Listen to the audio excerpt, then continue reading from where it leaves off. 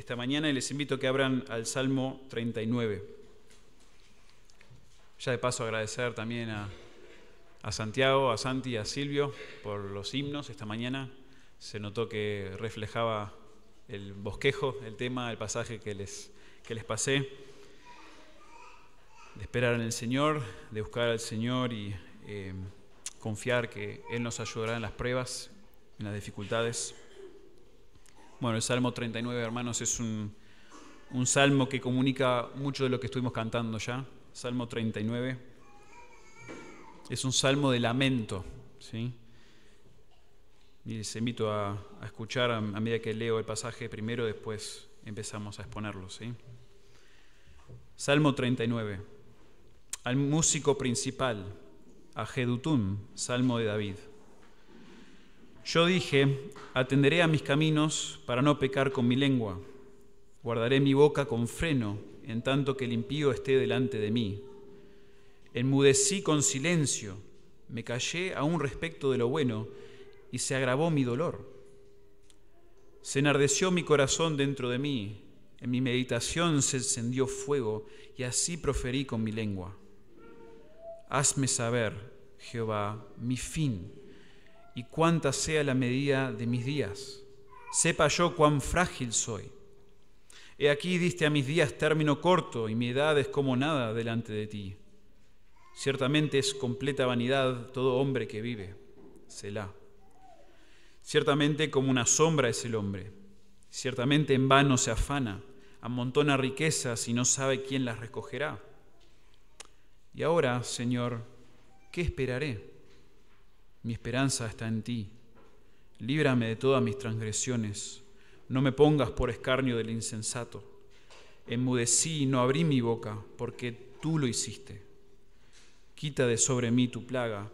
Estoy consumido bajo los golpes de tu mano. Con castigos por el pecado corriges al hombre y deshaces como polilla lo más estimado de él. Ciertamente vanidad es todo hombre. Selah.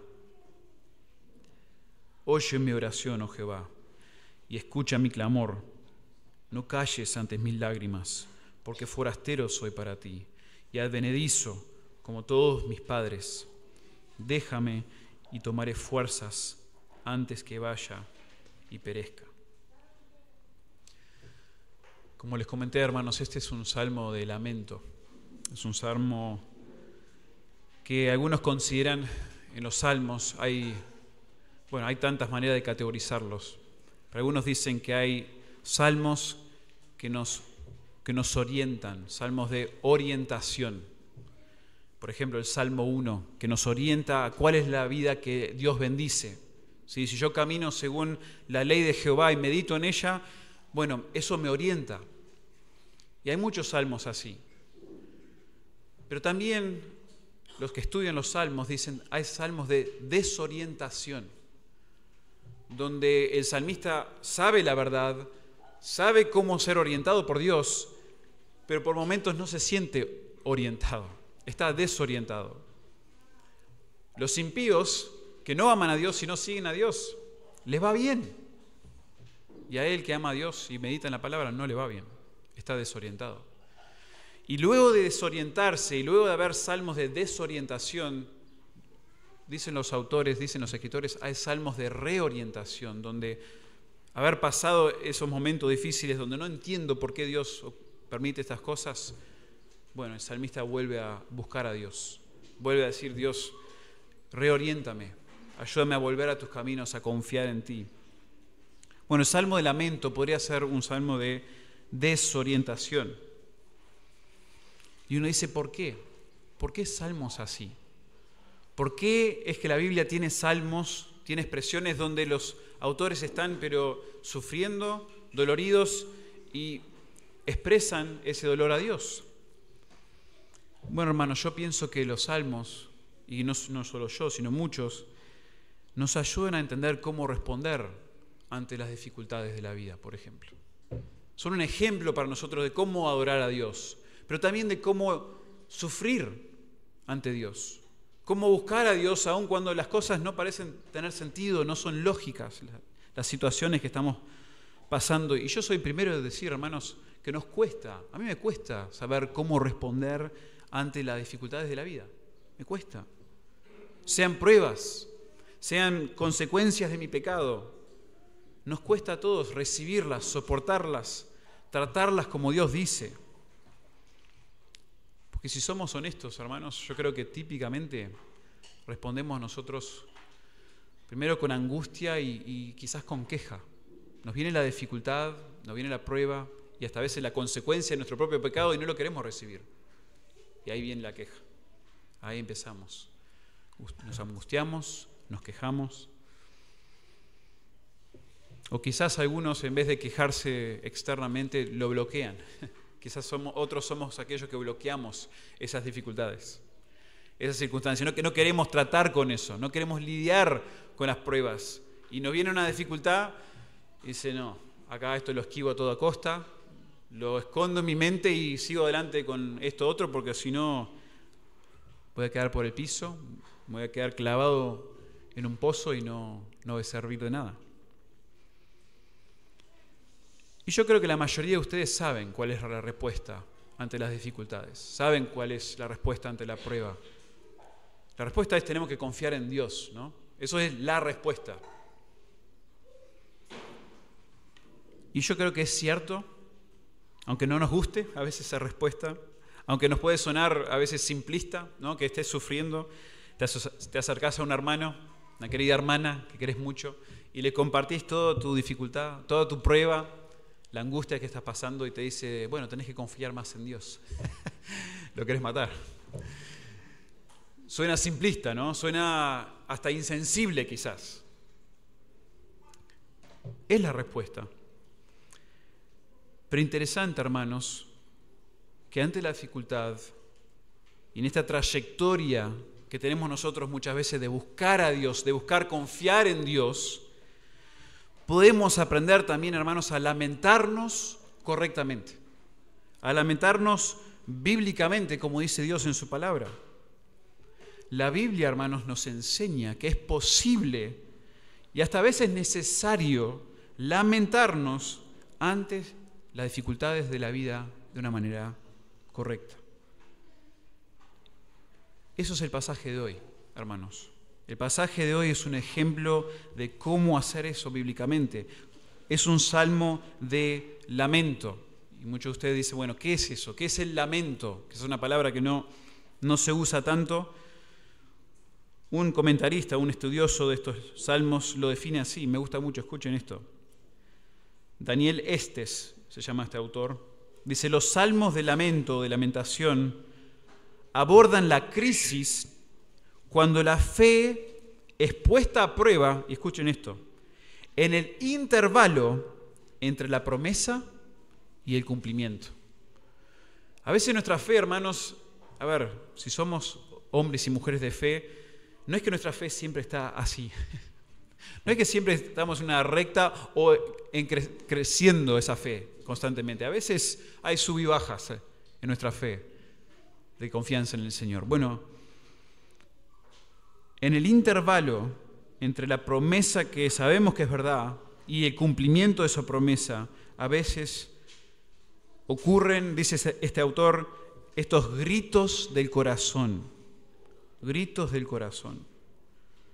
Y es donde los salmistas llevan su sufrimiento ante el Dios que saben que es grande y saben que es bueno. Confían en que su situación puede cambiar si el Señor quiere intervenir en su favor. Me encanta esa definición de un salmo del lamento. Son los gritos del corazón que a veces tenemos, donde nuestra fe es puesta a prueba en el intervalo entre la promesa y el cumplimiento. Bueno, en este caso, hermanos, en este salmo, solo para ir definiendo, poniendo una introducción a lo que el salmo mismo dice que es un salmo al músico principal, a Jedutún, y es un salmo de David. La pregunta que muchos se hacen es ¿quién es este Jedutún? ¿No? Jedutún se menciona varias veces en el Antiguo Testamento. Generalmente se le habla como si fuera uno de los músicos, ¿sí? Tiene un rol entre los músicos y la alabanza en el templo. Interesante que este es el único salmo escrito a Jedutún. Muchas veces él participa, es parte, pero este se le escribe a él. Quizás para David escribiéndoselo a Jedutún para que lo incluya. Incluyamos esto, querido Jedutún, entre los salmos que vamos a estar cantando en el templo. Y uno lee el salmo y dice, wow, qué alegría, ¿no? Qué salmo que te motiva. Noten, hermanos, escribió David un himno para que como iglesia a veces lloremos juntos también. Para que a veces lamentemos juntos, digamos, Señor, me cuesta un montón esto, me duele, pero tú vas a dar la gracia, tú vas a dar la misericordia, tú vas a dar la fuerza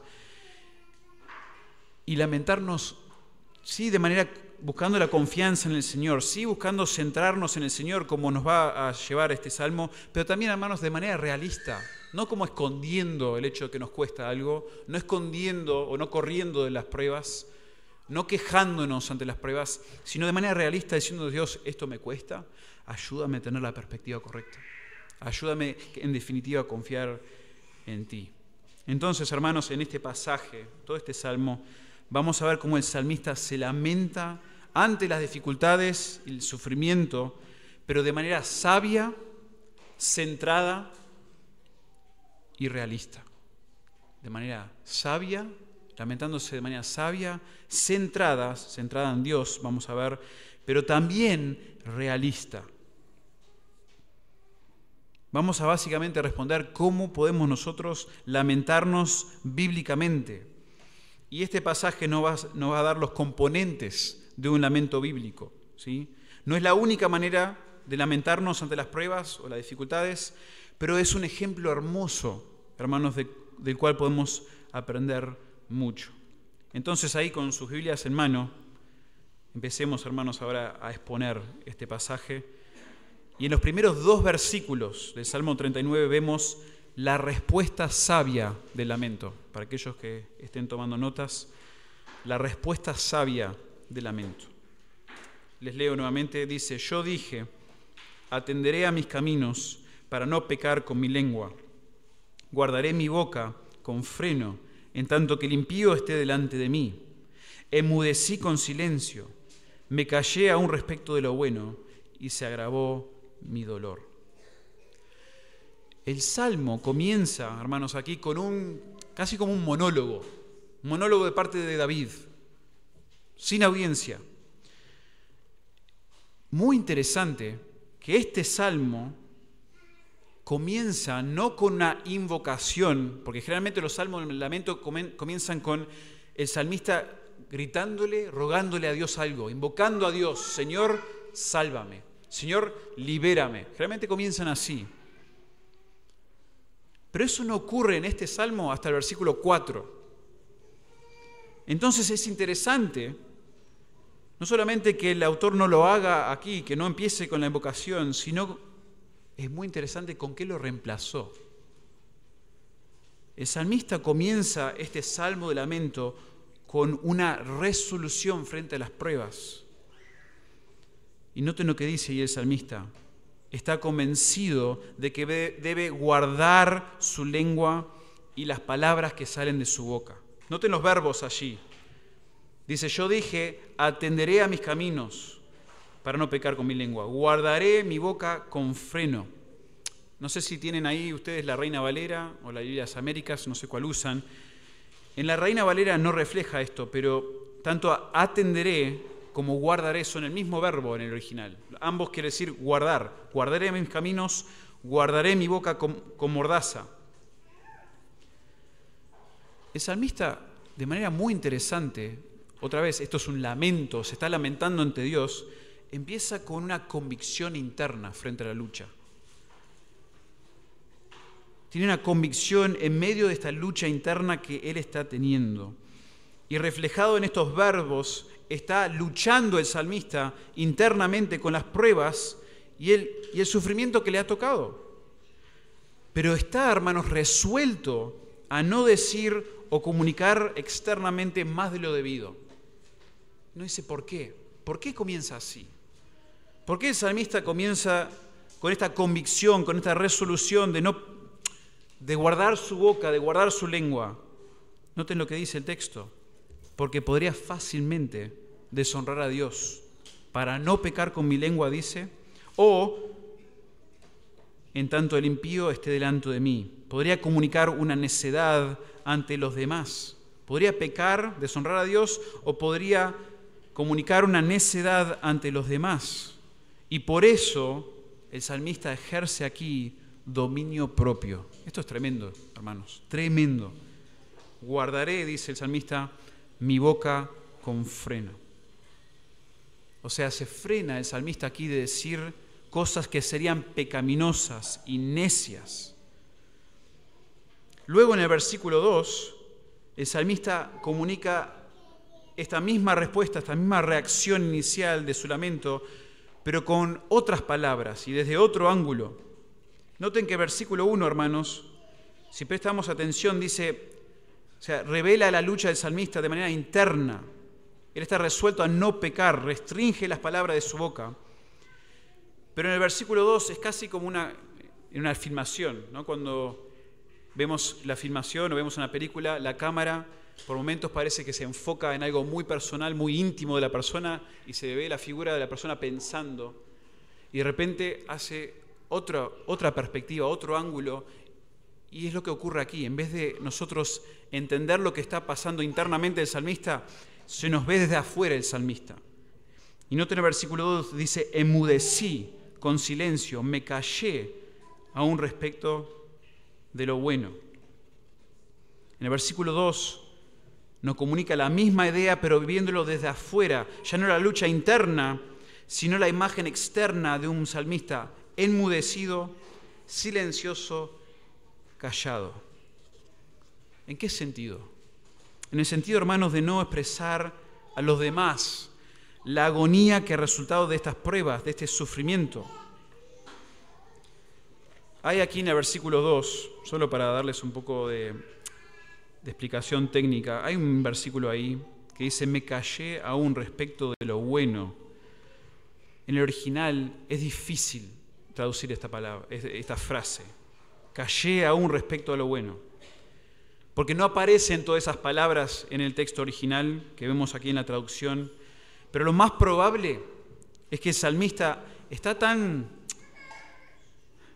dolorido, tanta dificultad le ha causado esto internamente, que él enmudeció aún en cuanto a hablar de lo bueno. O sea, tal era la agonía que sentía el salmista que ni lo bueno tenía ganas de expresar.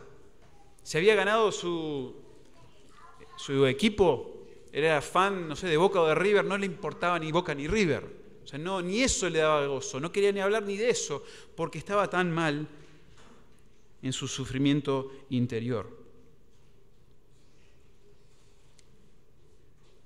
Y el silencio absoluto del salmista, noten, aunque necesario en su lucha interna, el texto dice, agravó su dolor, su angustia, lo empeoró. Y esto también me parece súper interesante, ¿no? El salmo comienza con el salmista diciendo que él decidió internamente callar, lo ven desde afuera, enmudeció, callado, silencioso, pero eso no solucionó nada. Empeoró su dolor, empeoró su angustia. El silencio, hermanos, ante las pruebas puede ser bueno y necesario, pero en sí no resuelve el dolor interno. Y antes de continuar con el texto, hermanos, me parece que acá hay que resaltar una implicación muy, muy valiosa acerca del lamento. Porque quizás la mejor manera de inicialmente lidiar con las dificultades, con el sufrimiento, al menos de manera externa, es callar a veces, hermanos, es guardar silencio. ¿Por qué decimos esto? Porque muchas veces reaccionamos a las dificultades, a las frustraciones, descargándonos con otros o frente a otros. Y esto, hermanos, a menudo no está bueno, no tiene buen resultado. Terminamos nosotros pecando con la boca o dando mal testimonio ante los demás, aún ante nuestros propios enemigos muchas veces. Ahora, permítame aclarar, hermanos, no estoy diciendo que, y no estoy queriendo minimizar la importancia de tener otros hermanos que nos escuchen y compartir nuestras dificultades. Hay valor, ¿sí?, en compartir nuestra lucha, nuestra dificultad con los demás. Dios utiliza la simpatía, las palabras de otros para edificarnos, fortalecernos. No estoy quitándole valor a eso. Más bien, hermanos, estoy hablando de la tendencia que tenemos todos, a quejarnos, a murmurar ante las dificultades, ante las pruebas. Es tan común que a veces lo hacemos inconscientemente, ¿verdad? Somos tremendos. Pasa a veces en la simpleza de a veces estar constantemente diciendo, y yo lo digo, yo me tengo que cuidar de esto. Decir, estoy cansado ya de trabajo, estoy cansado de, qué sé, tu cónyuge, tu familia, los conflictos de mis hijos. Y es probable, hermanos, si constantemente estamos enfocados y hablando de cuán cansados estamos, probablemente es una queja. El pecado de nuestro corazón.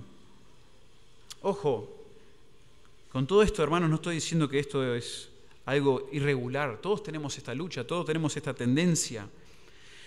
Pero por eso el valor de lo que estamos viendo aquí en el texto, al inicio del lamento de David, cuidemos nuestro corazón y aquello que sale del corazón por medio de nuestra boca. Hay mucha sabiduría detrás de la convicción, la resolución de no soltar las riendas de nuestra lengua o descargarnos con otros de manera pecaminosa. Eso muestra a una persona sabia. Proverbios 21, 23, dice allí el autor, el que guarda su boca y su lengua, su alma guarda de angustias. A veces empeoramos las cosas cuando reaccionamos quejándonos, cuando reaccionamos descargándonos.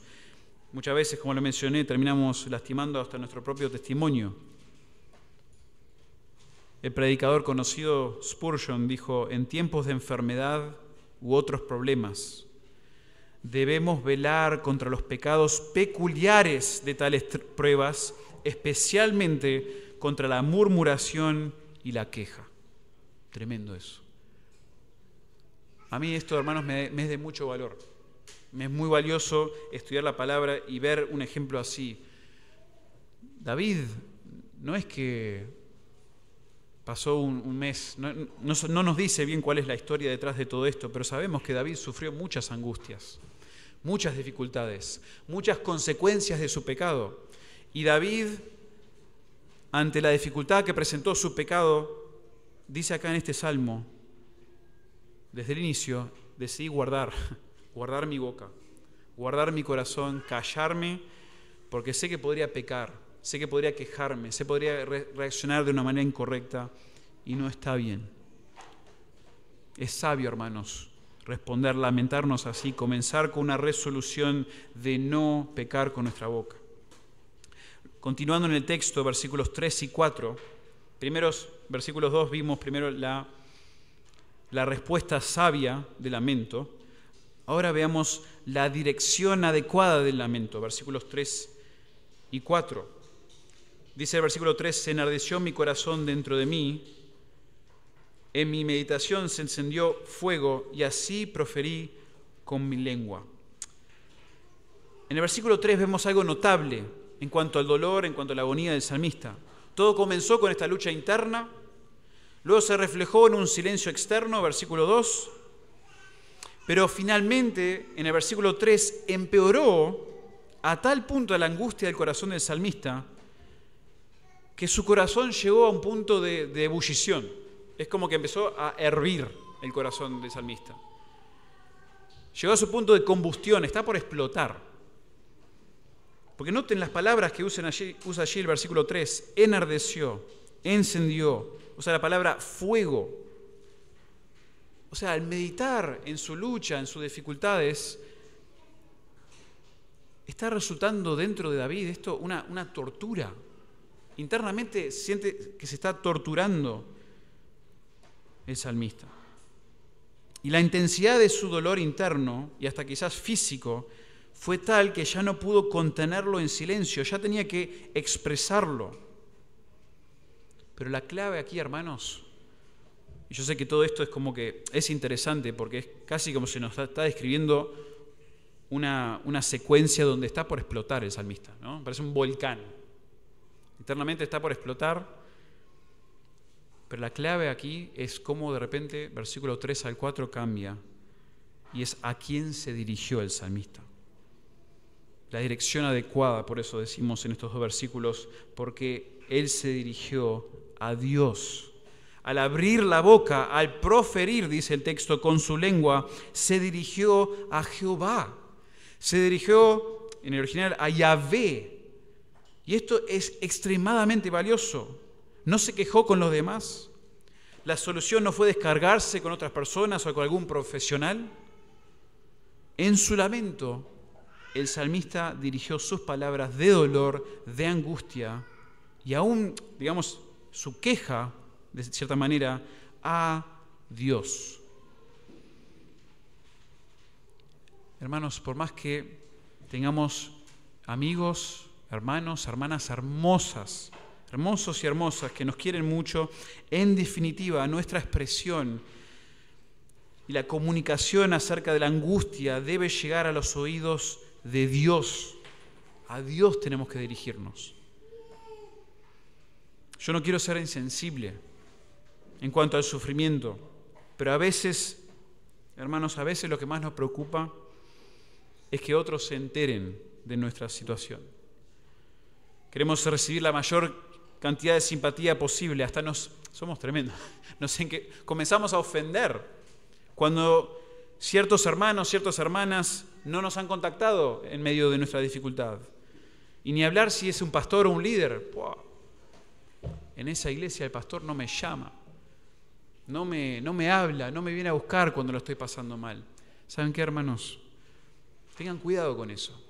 Tengan cuidado con esa tendencia rápida de empezar a mirar hacia afuera. Cuando estás pasando algo mal, cuando pasas una dificultad, una prueba, hasta una consecuencia de tu pecado, por lo general te está costando tanto esa dificultad en tu corazón, empezás a mirar hacia afuera.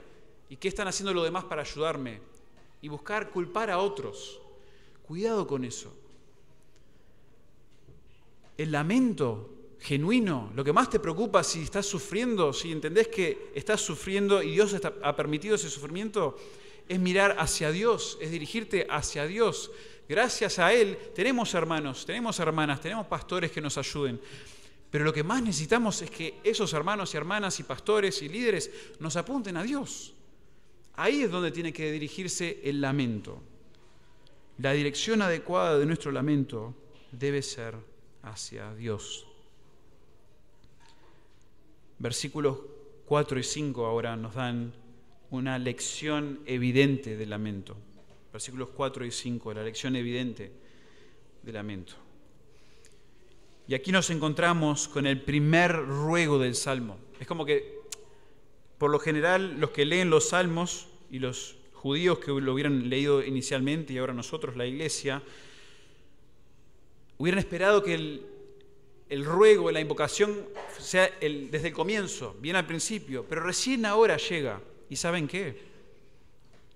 Esta invocación no es como cualquier otro lamento tampoco. Es como que sigue rompiendo la norma de los lamentos David en este salmo. Porque no pide por liberación, que generalmente los salmos de lamento son: Señor, líbrame de esto. Señor, por favor, sácame de encima a estos enemigos que tengo, sácame de esta situación, por favor, dame paz. Y no es lo primero que pide aquí el salmista. Le pide a Dios que le ayude a pensar de manera distinta y correcta en cuanto a su sufrimiento. Muy interesante esto. En ambos verbos del versículo 4 vemos que son un pedido a que Dios cause algo en David. Noten el versículo 4. Hazme saber, Jehová, mi fin. Sepa yo cuán frágil soy.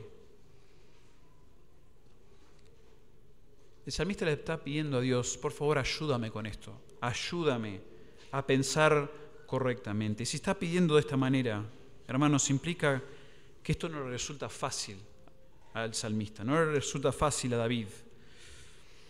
Más bien, la tendencia de Él quizás sea lo opuesto, o por lo menos algo menos de lo que Él está pidiendo aquí. Él tiende a no pedirle a Dios a pensar correctamente, tiende a pensar de la manera que Él quiere, pero sabe que no es correcto.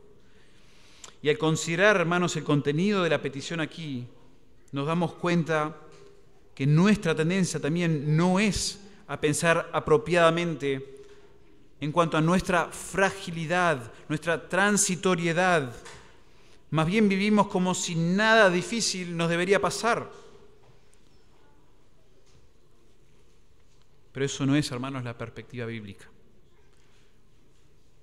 ¿Saben qué? Si nosotros somos creyentes en el Dios creador y soberano, parte de creer que Dios es el creador y es el soberano sobre la tierra es también entender que nosotros somos meras criaturas, que no duramos tanto tiempo, que somos frágiles, que somos débiles y por eso necesitamos de nuestro creador, de nuestro soberano. Y en estos versículos 4 y 5, David está pidiendo a Dios: ayúdame a entender lo débil que soy, lo frágil que soy en medio de todo esto. Hay un montón de referencias, las palabras allí abundan en cuanto a esto de transitoriedad, fragilidad. Dice, Reina Valera usa las palabras el fin, la medida de mis días, frágil, término corto, soy nada, vanidad. La Biblia de las Américas dice fin, medida, efímero, días muy breves, nada, un soplo. Y David, al pedirle a Dios, al finalmente invocar a Dios, primero pide que le ayude a pensar correctamente en cuanto a su transitoriedad, su fin, la medida de sus días. Porque sus circunstancias, vemos aquí, le están recordando que su vida es un soplo, es como la hierba, es como pasto, la flor que está un día y pronto se marchita, se muere. Y quiere vivir su vida con sabiduría a la luz de esa transitoriedad. Básicamente, hermanos, David no quiere creérsela y pensar que él tiene todas las respuestas.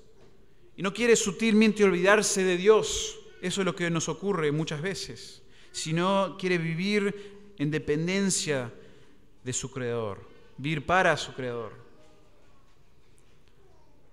No han llegado todavía en la lectura bíblica, pero el Salmo 90 es muy similar en ese sentido. ¿Sabían que el Salmo 90 fue escrito por Moisés?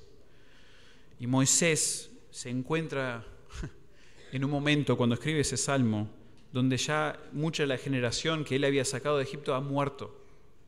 Ha visto tantos cuerpos, Moisés, en el desierto, y expresa Moisés, viendo a miles caer muertos por el pecado del pueblo, viendo todo eso, dice: los hombres, versículo 5 del Salmo 90, somos como la hierba que crece en la mañana florece y crece y a la tarde es cortada y se seca.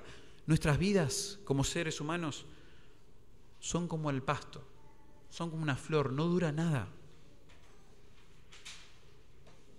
¿Y qué es lo que pide Moisés a la luz de eso? Después de ver tantos cuerpos, después de pensar que la vida es tan frágil, tan efímera, tan corta, Moisés le pide a Dios esto: enséñanos, versículo 12, de tal modo a contar nuestros días, que traigamos al corazón sabiduría. Señor, dame sabiduría para vivir de una manera sabia en estos pocos años que yo tengo, porque yo no la tengo clara, no me la debo creer. ¿Quién soy yo? Soy como el pasto, soy como una flor, no duro nada. Señora, ayúdame a recordar eso. ¿Se imaginan? ¿Cuántas veces ustedes, seamos honestos, ¿no? ¿Cuántas veces nos hemos frenado en el medio de una dificultad, luchando, angustiado por una dificultad, por una prueba, por una enfermedad, por la muerte de un ser querido, por lo que sea, por un conflicto relacional? ¿Cuántas veces primero le pedimos a Dios que nos ayude a no decir nada, a guardar la lengua, pero después que le pidamos a Dios, no necesariamente que nos saque de esa situación, pero que nos ayude a pensar: Dios, ayúdame en todo esto, en esta dificultad, a ponerme en mi lugar. Ponme en mi lugar como criatura. Ayúdame a entender lo frágil que soy, lo débil que soy. Porque en medio de todo esto me estás enseñando que al final yo no tengo el poder que tenés vos, no tengo la sabiduría que tenés vos, el conocimiento, y dependo de ti. Porque si algo como esto, como esta enfermedad, como esta muerte, como este conflicto relacional me tira por el piso como me está tirando y no puedo salir de esto, claramente yo no soy nadie. Y David, luego de pedirle eso a Dios, no solamente pide, y esto me encanta, ojalá fuese algo que fuera normal en mi vida, no solamente le pide al Señor, sino que la próxima frase es una afirmación de lo que acaba de pedir. Le pide, ayúdame, ¿sí? Versículo 4, hazme saber, Jehová, mi fin, y cuánta sea la medida de mis días, sepa yo cuán frágil soy. Y ahora pasa de una petición a una afirmación. Dice, he aquí, diste a mis días término corto, y mi edad es como nada delante de ti. Ciertamente en completa vanidad todo hombre que vive.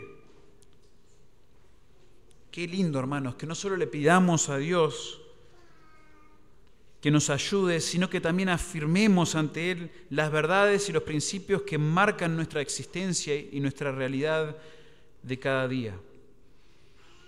Y vemos que el salmista aquí entonces reconoce su propia temporalidad.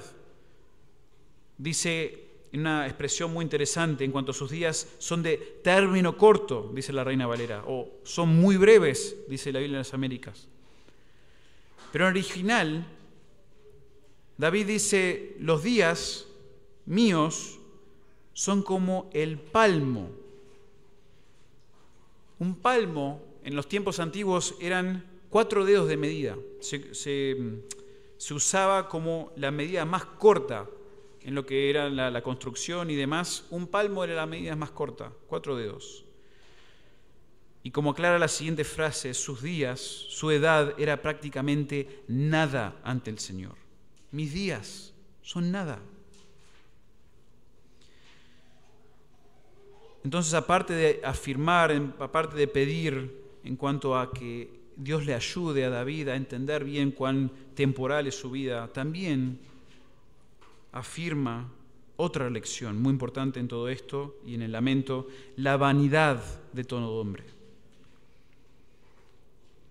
La vanidad. Noten allí el versículo 6, dice, ciertamente como una sombra es el hombre, ciertamente en vano se afana, amontona riquezas y no sabe quién las recogerá. Vanidad es un concepto en el Antiguo Testamento que se usa mucho. El libro de Eclesiastés, si han leído el libro de Eclesiastés, habla de que todo es vanidad. Fuera de Dios, fuera de temer a Dios, todo es vanidad. Y vanidad tiene la idea de, a veces se usa la palabra soplo, o que en una balanza, por ejemplo, la vida de un hombre o la vida en general no tiene peso. Si fuéramos a poner la vida en general o una persona sobre una balanza, no tiene peso, no tiene valor. Algunos han ilustrado el concepto de vanidad como con una burbuja de jabón. ¿Saben a qué me refiero, no? A los chicos les encanta. Están en la bañera y le metes un poquito de shampoo en el agua y ya empiezan todas las burbujas de jabón. Salen a jugar con burbujas de jabón y a los chicos les encanta, ¿no? Los colores de las burbujas con el sol, y van a agarrar la burbuja y ¡pum! Explota la burbuja y se pudre todo. No les gusta nada. Quieren que esa burbuja la puedan agarrar, tocar y llevársela a su casa y quizás hasta guardarla. Pero las burbujas no son así. Tienen un lindo aspecto, parecen entretener, pareces disfrutar una burbuja de jabón, pero ni bien lo tocas o lo soplás y ya explota. Bueno, el concepto ese se refleja en la palabra vanidad en el Antiguo Testamento. La vida, el hombre, nosotros, nuestras vidas son como una burbuja de jabón, hermanos. No duran nada.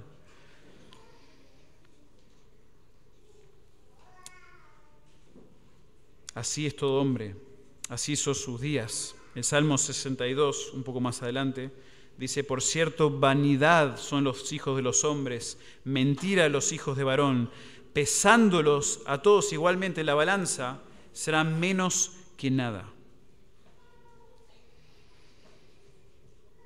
Hermanos, si hay algo que las dificultades nos deben enseñar y lo que nos debe llevar a reflexionar es sobre nuestra propia debilidad como seres humanos, como pecadores viviendo en un mundo que sufre las consecuencias de su pecado. Todos vamos a beneficiarnos mucho de la lección evidente que acompaña las pruebas, que acompaña el sufrimiento, que nosotros, nuestra vida, nuestras cosas, nuestros logros, nuestra imagen, todo es pasadero.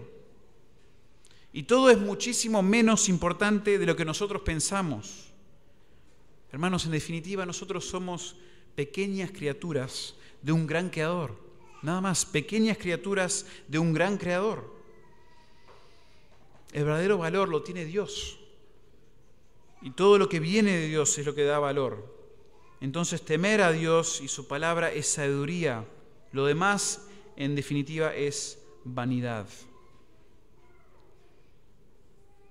Cuanto antes aprendemos esa lección en la vida, mejor, porque nos aguarda, hermanos, de tanta ansiedad. Es típico, especialmente de los jóvenes, ¿sí? Especialmente nosotros cuando estamos saliendo de nuestros hogares. Ustedes que son más ancianos, ya con más años de la vida, ya saben que el joven sale pensando que la tiene clara en todo, que va a salir y va a conquistar el mundo y va a solucionar todo, y después nos damos la cabeza contra la pared tantas veces y nos caemos una y otra vez. Ojalá también los mayores, porque también nos cuesta a medida que vamos creciendo, sigamos aprendiendo de parte de las pruebas, de parte de las dificultades, de que somos meras criaturas, que somos débiles, que somos frágiles. Y eso nos lleva, hermanos, a depender más de Dios. Imagínense ustedes, el apóstol Pablo en 2 Corintios, estamos hablando del apóstol Pablo. Dios le permite el aguijón en la carne. Y Pablo, el apóstol que está ministrando a cientos y miles a través del mundo, el misionero a los gentiles, Pablo dice: Señor, 3 veces, dice el apóstol, 3 veces le rogué al Señor que quitara este aguijón, esta dificultad de mi vida, y Dios no se lo quitó. Pablo estaba convencido: si Dios me quita este aguijón que yo tengo, esta dificultad, sea cual sea, porque no nos dice el texto, voy a servir mejor a Dios. Y Dios dijo: no, bástate mi gracia. Bástate mi gracia. ¿Por qué? Porque cuando eres débil, cuando yo soy débil, cuando yo reconozco que soy frágil, que soy temporal, que no la tengo clara, que yo necesito de Dios, cuando yo me aferro a su gracia, entonces soy fuerte. Y ahí el poder de Cristo se manifiesta de otra manera. Hermanos, las dificultades nos recuerdan el cáncer, la muerte de alguien querido, las dificultades en el trabajo, las dificultades en las relaciones y tantas dificultades que nos se presentan, hasta las consecuencias del pecado, nos recuerdan que nosotros somos frágiles, débiles, y eso es bueno en definitiva, porque nos hace depender más de aquel quien tiene el poder, de aquel quien tiene la manera de solucionar nuestras luchas, de apuntarnos a donde necesitamos ir. Esa es la lección evidente del lamento. Versículos 6 al 8 ahora nos dan la necesidad fundamental del lamento. Versículos 6 al 8. Después del primer descanso, noten allí la palabra Selah en sus Biblias, ¿sí? Se debate bastante qué significa esta palabra. No hay un consenso claro entre los estudiosos, pero lo más probable es que sea como una pausa, que después de haber leído y comunicado lo que comunicó el salmista, quiere que ahora pausemos y meditemos, que reflexionemos sobre lo que acaba de decir. Y ahora en los versículos 6 al 8 vuelve a introducir sus declaraciones con el adverbio ciertamente. Noten allí otra vez. Y estas declaraciones de la segunda sección son casi como un preámbulo para la reflexión clave que vamos a ver en el versículo 7. Porque dice que los hombres tienen una esperanza, básicamente, que es irreal, una imitación de lo verdadero. tal como es una sombra, ¿no? Noten allí. Ciertamente como una sombra es el hombre. Ciertamente en vano se afana. Se afanan por cosas, pero es en vano. También colocan su esperanza en riquezas que amontonan, pero no sabe quién los recogerá, dice el versículo 6. Y en contraste con esa esperanza efímera, transitoria, que pueda ofrecer el hombre y pueda ofrecer el mundo, el salmista reflexiona y afirma su esperanza en el Señor. Y hermanos, el versículo 7 es como un punto de inflexión en el pasaje. Y se comunica con las palabras, y ahora, Señor. Y ahora, Señor. Y acá la palabra Señor no es la palabra Elohim, Dios, no es la palabra Yahvé o Jehová, que conocemos tanto. Es la palabra en original Adonai. Dios lo resalta acá a Dios como el Dios que es el Señor, como el amo, como el que controla, el que dirige todo, el amo de su vida y de sus circunstancias, el que está en control, el soberano. Y acompaña esa palabra con una pregunta reflexiva, una pregunta retórica. ¿Qué esperaré? ¿Qué espero yo, Dios, en todo esto? Claro, no es una pregunta para responder, es, tú eres el Señor, tú eres Adonai, tú eres el Dios que está a cargo de todo. Y sí, ¿en qué más voy a esperar? ¿En qué más voy a buscar fuera de ti? Claro, el salmista, en contraste con esa esperanza efímera, débil, insostenible que ofrece el mundo, ofrecen los hombres o buscan los hombres, el único en quien el salmista puede esperar es en Dios. Y se lo comunica en este punto crítico del Salmo. La fuente de esperanza de David es Dios, el Señor de su vida y el Señor de sus dificultades y de sus sufrimientos. Y ahora sí, en base a esa afirmación, en base a la esperanza en Dios, el salmista vuelve a rogarle a Dios y ahora sí le pide por su liberación. Finalmente llegamos a lo que se considera lo más común en los salmos de lamento. Y le pide liberación tanto de sus pecados como del escarnio de los insensatos o de los impíos. Y aquí, hermanos, quizás la dimensión que no he mencionado todavía del Salmo, que probablemente lo que está sufriendo David aquí, como circunstancia de este Salmo, es la consecuencia de su pecado. David se está lamentando porque está sufriendo una de las tantas consecuencias que él sufrió por haber pecado con Betsabé o por haber pecado en desconfiar de Dios en varias circunstancias. Y está impactado. Pero, como su Dios es Adonai y es también Yahvé, este es el Dios de pacto, inquebrantable. Es también el Señor de su vida y sus circunstancias. Por lo tanto, espera en Él para encontrar perdón, para encontrar reconciliación, vindicación ante sus enemigos. Generalmente para aquel que peca o viola la ley de Dios hay maldición, hay separación de Dios. Pero para aquellos que tienen a Jehová por Dios hay esperanza. Hermanos, esto es tremendo en las Escrituras. La Biblia se presenta así, como Dios soberano, creador. Él creó todo en su gracia, en su bondad, no lo tuvo que hacer. Y cuando nos crea y luego entra el pecado al mundo, igualmente muestra su gracia, igualmente hace pactos con los seres humanos porque quiere bendecir, quiere relacionarse con los seres humanos.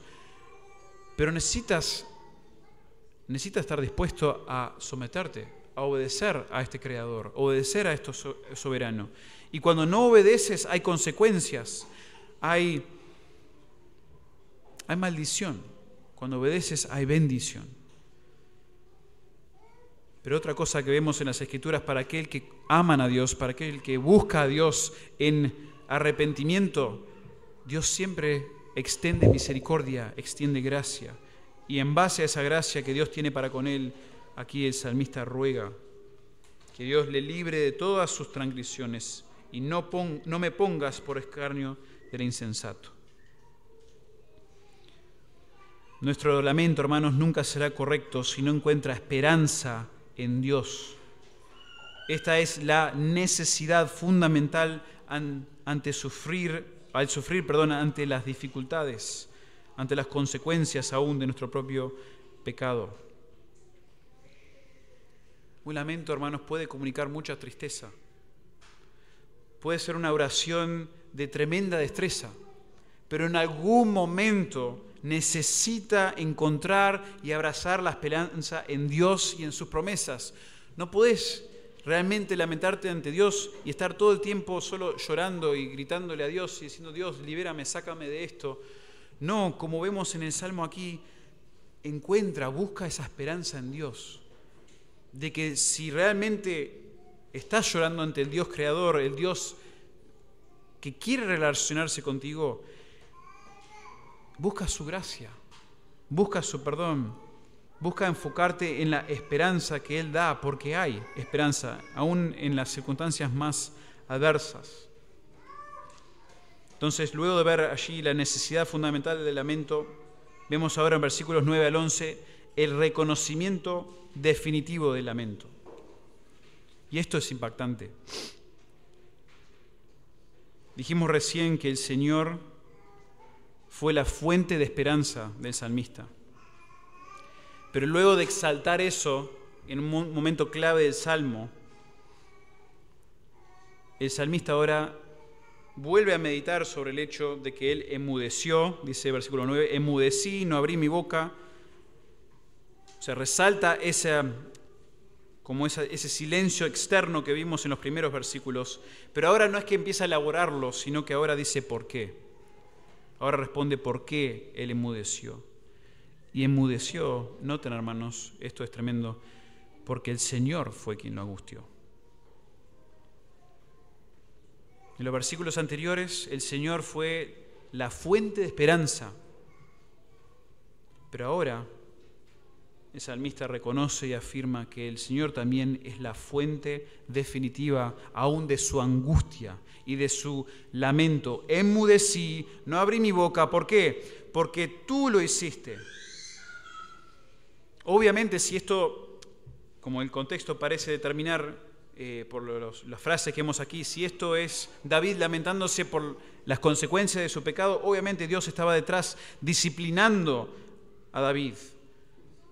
Sin embargo, hermanos, creo que no estamos mal en decir que Dios está, de alguna manera, en definitiva, detrás de todo tipo de sufrimiento, de todo tipo de pruebas, de dificultades, sea por pecado o no. Dios utiliza todas las cosas que nos suceden a nosotros para manifestar su propia gloria y para cumplir sus propósitos en medio y en nosotros. A mí me ha impactado mucho el versículo 75 del Salmo 119. Salmo 119, 75. El salmista allí se está gozando por la palabra. Está agradecido por la palabra, buscando la palabra, sabes que es la fuente de su esperanza, como venimos aprendiendo. Salmo 119, versículo 75 dice: Conozco, Jehová, que tus juicios son justos y conforme a tu fidelidad me afligiste. Hermanos, cuando somos afligidos, cuando pasamos dificultades, no es porque Dios se olvidó de nosotros, no es porque Dios está allá en el cielo, está pero enojado, brazos cruzados, apuntando y dice: ese es un desgraciado, ese no me obedece, ese hijo mío, ya me cuesta estar cerca de él, de verlo, porque no es rebelde. Dios no es como un padre frustrado, como a veces somos nosotros con nuestros hijos, ¿verdad? Nuestros hijos nos desobedecen y nosotros frustrados ahí, pero si soy papá, ¿por qué no me respeta? Dios en su fidelidad nos aflige, en su deseo de santificarnos, de obrar en nosotros, de recordarnos que somos frágiles y débiles y que lo necesitamos a Él, a veces permite aflicción. y es bueno. En tu fidelidad me afligiste. Dios está, hermanos, detrás de nuestra aflicción muchas veces, detrás de nuestra dificultad. Y este reconocimiento clave resulta en varias afirmaciones ahí de parte del salmista en cuanto a la mano pesada de Dios en su sufrimiento. Vean el versículo 10 y 11. Quita de sobre mí tu plaga, estoy consumido bajo los golpes de tu mano. Con castigos por el pecado corriges al hombre y deshaces como polilla lo más estimado de él. Ciertamente vanidad es todo hombre. Importante, hermanos, para nosotros reconocer la realidad definitiva de que Dios está de alguna manera detrás de nuestra dificultad, detrás de nuestro sufrimiento, pero no de manera sádica. No es que Dios está disfrutando causarnos dolor, sino como un padre, como un rey soberano que permite y dirige las dificultades para el bien de sus hijos y para el bien de su pueblo. Todo Dios lo permite para bien según su soberanía, según su provisión. Y ahora sí, hermanos, llegamos al final del Salmo, versículos 12 al 13. Vemos aquí el ruego vital del lamento. El ruego vital del lamento. El Salmo concluye con una sección final de ruegos. Y los primeros tres son ruegos de que Jehová escuche, preste atención, responda a los clamores y a las lágrimas del salmista. Fervientemente desea el salmista una respuesta a su angustia, una respuesta al lamento. Y luego expresa la razón por la cual el Señor lo debe escuchar. Y esto vale oro. La razón por la cual el Señor debe escucharlo, dice el salmista, es porque Él es un extranjero o un forastero, dice la Reina Valera. Noten allí el texto. Oye mi oración, oh Jehová, y escucha mi clamor. No calles ante mis lágrimas, porque forastero soy para ti, y advenedizo como todos mis padres. Peregrino, dice la Biblia de las Américas, en vez de advenedizo. Al principio les comenté algo de un comentarista bastante bueno en los Salmos. Él mismo dice esto sobre estas palabras. ¿Por qué extranjero y por qué forastero y advenedizo? Dice, el salmista pide ayuda como alguien que no tiene muchos derechos. Los forasteros y los advenedizos eran generalmente pobres, dependían de la buena voluntad de los residentes permanentes de la tierra. La idea es adecuada también para Israel, porque la tierra pertenecía a Jehová, a Yahvé, y la gente eran extranjeros temporales, dependientes de su favor. ¿Entienden el punto allí? ¿Entienden lo que está diciendo David? Está pidiéndole, por favor, Señor, te ruego, oye mi oración, escucha mi clamor, no calles ante mis lágrimas. Y no dice, porque yo soy tu hijo y yo soy un rey. ¿Te acordás que dijiste, Dios, yo soy un rey conforme a tu corazón? Vos mismo lo dijiste, por medio de tu profeta. Yo soy David, yo soy tu rey. A mí me escogiste, no lo dice así David. Porque soy un desgraciado, soy un pobre que no tiene ningún derecho para pedir lo que te estoy pidiendo, pero por favor, Señor, porque tú eres un Dios de misericordia y de gracia, por favor, escúchame.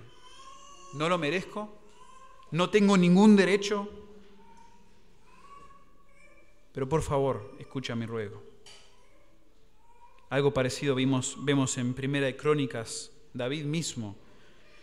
Él y el pueblo están ofrendando para el templo. Y en Primera de Crónicas 29, él dice, porque ¿quién soy yo? Recuerden, David tiene unos planes hermosos para el templo. Quiere dejar todo preparado, ya que Dios dice, no vas a construir vos el templo, David. Lo va a hacer tu hijo, porque vos tenés demasiada sangre en tus manos. ¿Ok? David prepara todo. Y están gozándose con el pueblo. Y están dando ofrendas. Y están preparando todo. Y uno sabe que esto va a ser un templo como nada que se ha visto. Y no es que se empieza a jactar David o el pueblo. Miren lo que dice David. Porque ¿quién soy yo y quién es mi pueblo para que pudiésemos ofrecer voluntariamente cosas semejantes? ¿Quiénes somos nosotros? Pues todo es tuyo y de lo recibido de tu mano te damos. Porque nosotros, noten las palabras allí, extranjeros y advenedizos somos delante de ti, como todos nuestros padres. Y nuestros días sobre la tierra, otra vez parecido a lo que vemos en el Salmo 39, cual sombra que no dura. Oh Jehová, Dios nuestro, toda esta abundancia que hemos preparado para edificar casa a tu santo nombre, de tu mano es, y todo es tuyo. Hermanos, ¿ven la diferencia de un lamento así? ¿Se imaginan o experimentan ustedes lamentarse ante Dios en las dificultades, en las pruebas, de esta manera? No diciendo: Dios, te olvidaste de mí, te olvidaste de que yo soy tu hijo, te olvidaste de que yo... ¿Por qué parece que, no sé, me estás tratando mal, como que si no fuera tuyo? Todo lo contrario debería ser. Dios, yo no soy nadie. Todo es tuyo, tú eres el Dios soberano, lleno de gracia. Te ruego, al final de este lamento del salmista, te ruego que tengas gracia y misericordia de nosotros. No merecemos nada porque no nos pertenece nada. Y si algo tenemos o tendremos es porque tú lo has dado y has sido bondadoso con nosotros. Es el sentir de 1 Corintios 4, hermanos, versículo 7. ¿Qué tenemos nosotros que no hayamos recibido? ¿Qué hacemos jactándonos? ¿Qué hacemos nosotros de alguna manera reclamándole a Dios algo? Si todo lo que tenemos lo hemos recibido. Si tienes buena salud o has tenido buena salud hasta ahora, es porque Dios te la ha dado. Y si ahora no la tienes, ¿quién sos para reclamárselo? Quizás Dios está usando la falta de salud o la falta de una relación sana con alguien determinado en tu familia, o la falta de dinero, la falta de poder llegar con tranquilidad al fin de mes, no lo sé, pero justamente para que vengas a Dios así y te goces, te llene de una manera que lo otro no te puede llenar. Eso es Dios en su gracia, en su bondad, destacando, permitiendo algo para tu bien. Noten, hermanos, cómo esto nos cambia la perspectiva completamente. Las Escrituras toman ese paradigma, a veces que se ha formado, de cómo deberían funcionar las cosas, que debería ser así. Si Dios te está bendiciendo, te tiene que ir, pero re bien en el trabajo, re bien en el matrimonio, re bien con tus hijos. No es necesariamente así. Quizá Dios muchas veces en las Escrituras da vuelta a un paradigma, lo cambia y dice: no, yo estoy permitiendo este aguijón en la carne, Pablo, para que me busques más. Estoy permitiendo esta dificultad para que aprendas, entiendas mejor, no te enorgullezcas tanto. Tenemos mucho orgullo en el corazón, hermanos. Yo tengo mucho orgullo en mi corazón. Lucho con el orgullo, lucho con la ansiedad. Y a veces Dios permite estas cosas justamente para un poco recordarme que yo necesito ser humilde, quebrantarme, someterme debajo de Dios, y es lo mejor que me puede pasar. Es lo mejor que le puede pasar a ustedes y a esta iglesia también, porque los va a ser más humildes ustedes, más recibiendo de parte del Señor lo que Él determine, va a hacer que sean más unidos también. Porque van a pensar menos en ustedes, más en los demás, y eso, dice Filipenses 2, trae unidad. Cuando piensas en los intereses de los demás y no tanto en los tuyos, trae unidad a la iglesia. Precioso.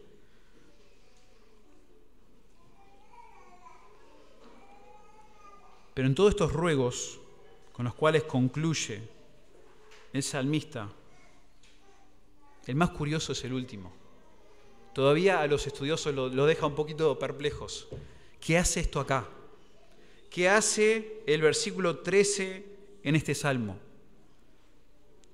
Después de todo lo que pide el salmista, que el Señor lo escuche, que el Señor, por favor, no calle ante sus lágrimas, que escuche su clamor, que oiga su oración. Noten el versículo 13. Déjame y tomaré fuerzas antes que vaya y perezca. ¿Qué hace esto acá? ¿Por qué le pide el salmista a Dios que los deje? O mejor, que aparte de mí tu mirada para poder alegrarse antes de perecer, es lo que dice el versículo 13 básicamente. En los salmos de lamento, en otros, muchas veces se le pide a Dios que muestre su rostro, que esté presente en este momento difícil. Dios, ¿dónde estás? No apartes de mí tu mirada, mírame. Quiero sentirme cerca de ti. Y acá David hace todo lo contrario. Pide a Dios que aparte su mirada de él, como para tener descanso, alegría antes de que parta de esta vida. Esto es tremendo, hermanos, pero creo que un poco comunica la realidad. Por eso yo les hablaba hoy que este salmo también nos ayuda a lamentarnos, sí, de manera sabia, de manera centrada, pero también de manera realista. No está mal que vos también le pidas a Dios, quizás al final, o sea, donde sea en tu ruego, Señor, yo sé que necesito depender más de ti, sé que necesito confiar más en ti, sé que necesito quebrantarme como destaca este salmo, pero dame un poquito de descanso.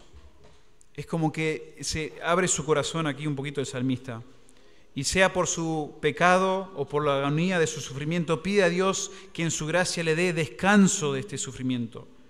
Siendo que eres un hombre frágil, débil y que tiende al pecado, y siendo que Dios es bueno, fiel, lleno de gracia, y el Señor de todo, pide por un suspiro de todo el sufrimiento para que pueda nuevamente gozarse y descansar. Señor, yo sé que merezco las consecuencias del pecado. Básicamente David está diciendo eso.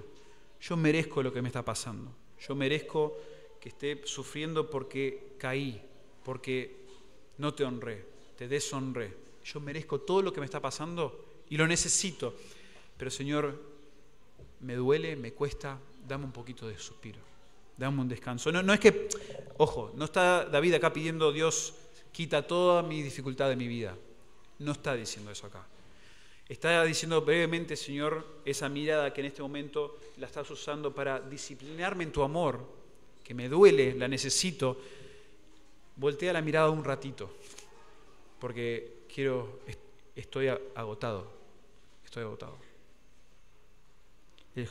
Job 14, versículos 1 al 6, comunican algo similar en la Biblia de las Américas. Escribe allí, dice el autor, el hombre nacido de mujer, corto de días y lleno de turbaciones, como una flor brota y se marchita. Noten la transitoriedad, la fragilidad que venimos viendo en el Salmo 39. Y como una sombra huye y no permanece. Sobre él ciertamente abres tus ojos y lo traes a juicio contigo.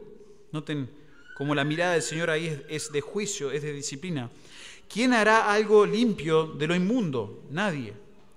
Ya que sus días están determinados, el número de sus meses te es conocido y has fijado sus límites para que no pueda pasarlos. Y luego dice, aparta de él tu mirada para que descanse hasta que cumpla su día como jornalero. Como que David dice, Señor, todo lo que yo tengo de bueno es tu gracia y tu misericordia. Y va a seguir siendo así. Y todo lo que estoy sufriendo ahora viene de tu mano también, y también sé que es de misericordia y de gracia y de tu amor. Y en este momento estoy luchando, no me quiero quejar, porque quiero abrir la boca y quiero quejarme, pero decidí no hacerlo.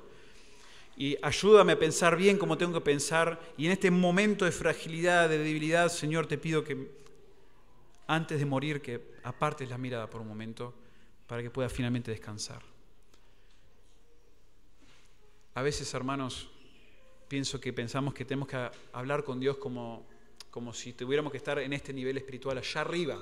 No hablo con Dios, no oro a Dios y no le hablo a Dios y no confieso hasta que arreglé todo en mi vida. Y ahora sí, Dios, te pido que me perdones de mis pecados, estos son mis 3 pecados, me arrepiento de mis pecados, como que hay que ser formal con Dios.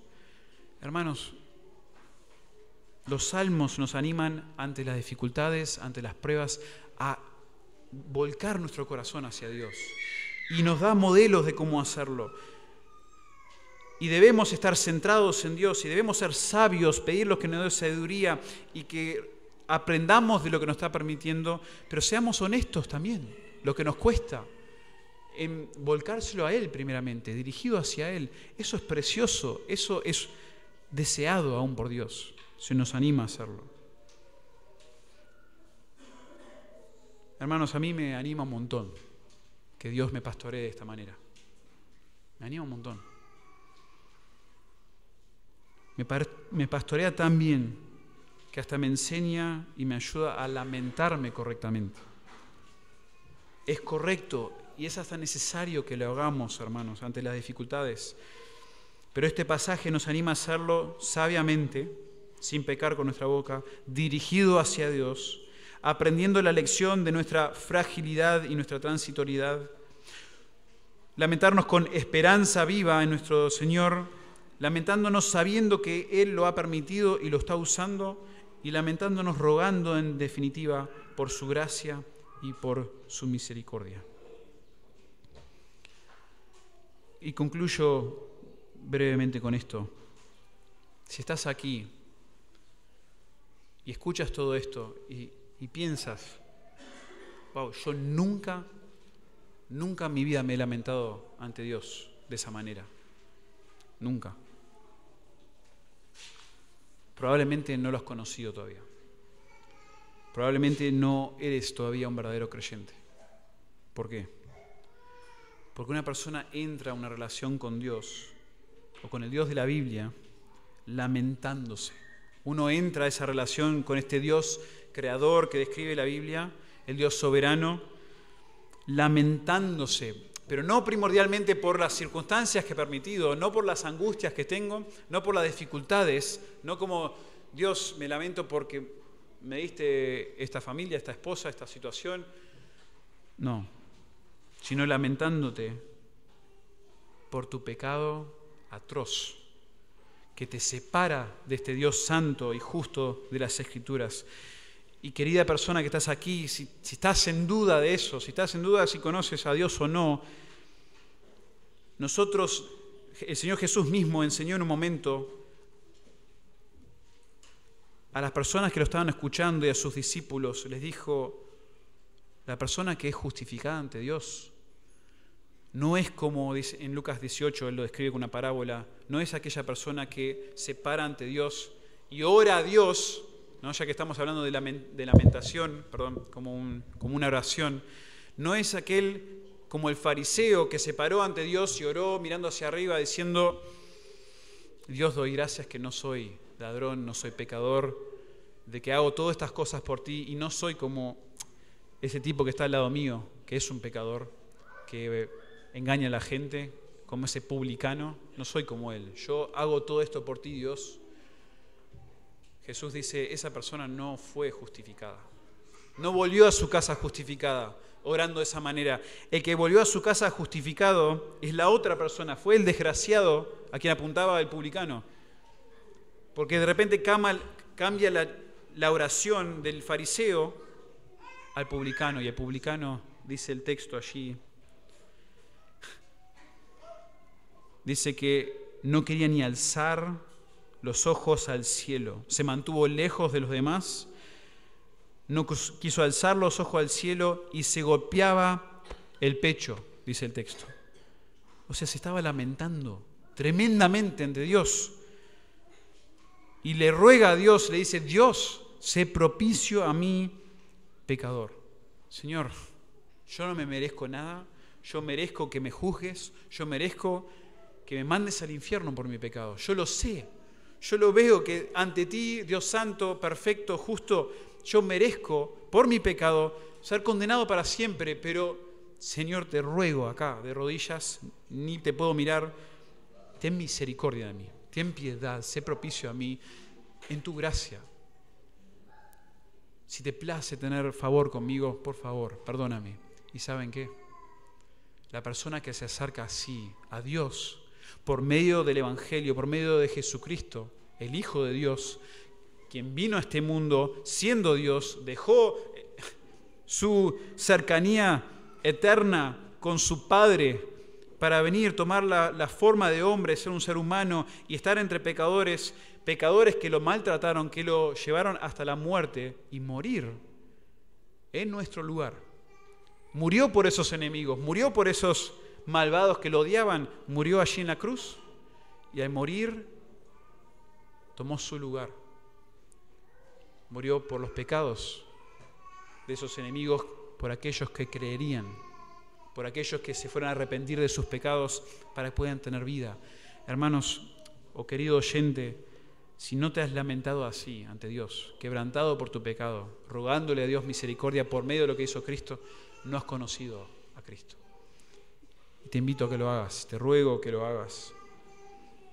Y nosotros que somos creyentes ya, hermanos, que un salmo así nos haga recordar a textos como Santiago 4, donde se nos llama a humillarnos. El cristiano se caracteriza por humillarse ante la poderosa mano de Dios, a lamentarnos, a llorar, sí, pero ante Él, buscándolo a Él, buscando depender de Él. Que así nos acerquemos a Dios, que así nos lamentemos ante Él. Y hermanos, Dios se complace en escuchar ese tipo de oración, ese tipo de lamento, y que nosotros le honremos de tal manera. Vamos a orar. Nuestro Dios y Padre nos humilla, Señor, siempre. Un texto así, las Escrituras son tan valiosas, tan profundas. Qué bendición tomar este tiempo, Señor, en nuestra semana para que nuestra mente sea renovada.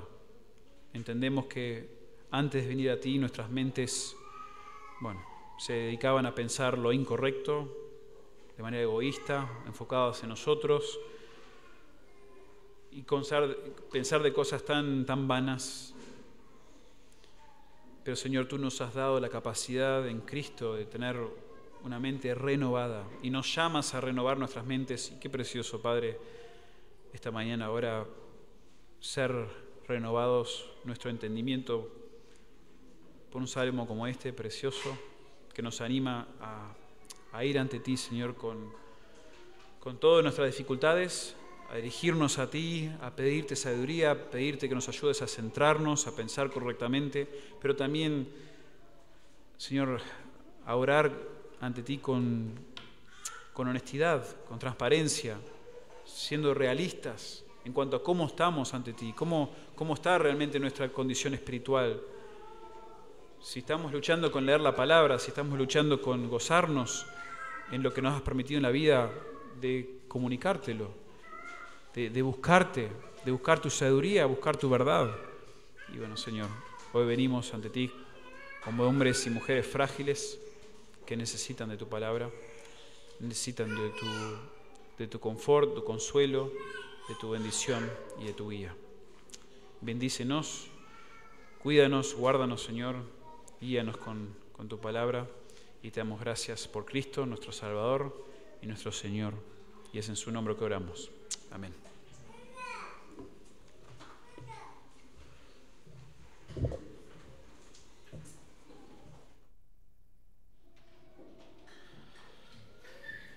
Damos gracias a Dios por su palabra. Pedimos a los sugieres puedan pasar adelante.